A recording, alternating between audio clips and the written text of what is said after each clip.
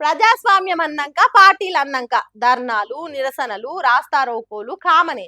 చౌరస్తాల కాడ సర్కార్ ఆఫీసుల ముంగట ధర్నా చౌకల పొంటి నిత్య ఏదో ఒక నిరసన కానొస్తుంటది కూడా. కొందరు క్రియేటివిటీతోని వెరైటీ వెరైటీ నిరసనలు చేసి మన యాక్టివ్ ముచ్చట్లల్లో కూడా ఎక్కిండ్రు.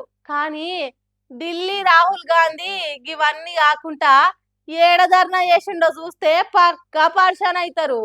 ధర్నాలైనా నిరసనలైనా నేను దిగినంత వరకే.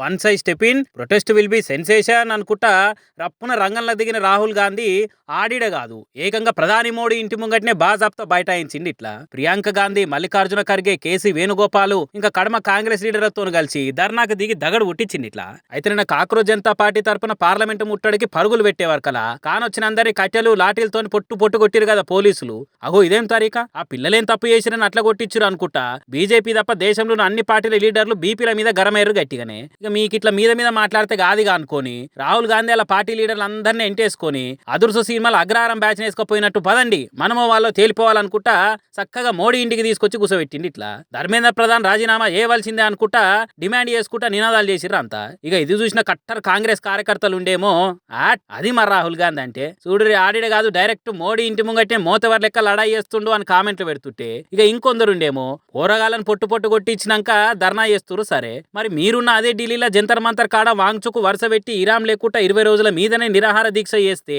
వచ్చి ఒక్క మాట మాట్లాడలేక సపోర్ట్ గా రాహుల్ సారు సర్కార్ తీరు మీద బరాబర్ లడాయాలనుకున్నప్పుడు కాక్రోచ్ పార్టీ ధర్నాకి మా సపోర్ట్ అని కాంగ్రెస్ తరపున ఎందుకు ముంగటికి రాలేదనుకుంటే లాజికులు తీస్తున్నారు ఇంకొందరు. కానీ ఏ పార్టీకి వెళ్ళి ఎంతమంది ఎన్ని తీర్ల కొట్లాడినా ఇంకా ధర్మేంద్ర ప్రధాన్ రాజీనామా ముచ్చట మీద ఏ ముంగటేసుకోలే మోడీ సారు. మరి రేపేమన్నా నిర్ణయం తీసుకుంటాడో లేదో చూడాలి. ఇప్పటికన్నా ఎప్పుడు వండుకుంటున్నాడో ఎప్పుడు లేస్తున్నాడో, కంటి నిండా నిద్ర పోతున్నాడో లేదు, ఏం తింటున్నాడో ఎట్లా తింటున్నాడో, కడుపు నిండా తిండి తింటున్నాడో లేదు, తన గురించి ఏమన్నా ఆలోచన చేస్తున్నాడో లేదు.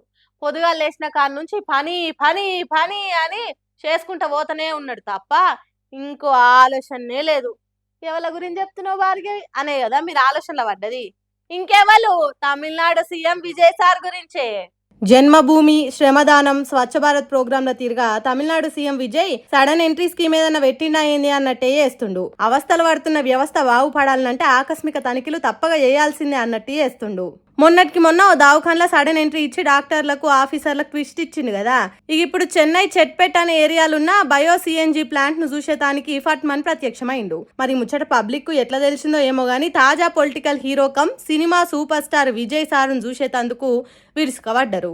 తెలుసు కదా విజయ్ సార్కు ఫ్యాన్స్ అంటే పబ్లిక్ అంటే ఎంత ఇష్టం ఉంటుందో, అందుకే కాసింత టైం ఖర్చు అయినా మంచిదే అని పబ్లిక్ ను వల్కరించిండు. తర్వాత సిఎన్జి ప్లాంట్లకు ఎంట్రీ ఇచ్చిండు. చెన్నై పబ్లిక్ వాడేసిన చెత్తతోని ఈ ప్లాంట్ల గ్యాస్ తయారు చేస్తారట. ఇది ఎంత మంచిగా పనిచేస్తే చెన్నైలో చెత్త పోగా గబ్బులేసే గాశారం తప్పుతుందట. అందుకే దీని పనితీరు, దాంట్లో పనిచేసే నౌకర్ల తీరు పరీక్ష పట్టి చూసిండు. సిఎన్జి గ్యాస్ తయారయ్యే పద్ధతి ఇంకా దీని కెపాసిటీ పెంచే ఉపాయాలు ఏమైనా ఉన్నాయా అని ఆఫీసర్లను అడిగి తెలుసుకొని ఆ పనులు షురూ చేయుండ్రు అన్నట్టు చెప్పిండు.